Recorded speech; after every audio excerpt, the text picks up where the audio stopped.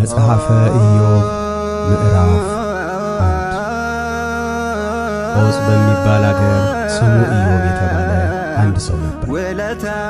ያም ሰው ፍጹምና ቅን፣ እግዚአብሔርንም የሚፈራ ከክፋትም የራቀ ነበር። 7 ወንዶች 3 ሴቶች ልጆች ተወልደውለት ነበር። ሀብቱም 7,000 በጎች፣ 3,000 ግመሎች፣ 500 ጥማድ በሬ፣ 500 እንስት አህዮች ነበረ። እጅግም ብዙ ባሪያዎች ነበሩት። ያም ሰው በምሥራቅ ካሉ ሰዎች ይልቅ ታላቅ ነበረ። ወንዶች ልጆቹም ሄደው በየተራ በእያንዳንዳቸው ቤት ግብዣን ያደርጉ ነበር።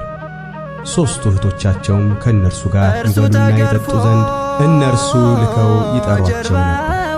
የግብዣውን ቀኖች ባለፉ ጊዜ ኢዮብ ምናልባት ልጆቼ በድለው እግዚአብሔርን በልባ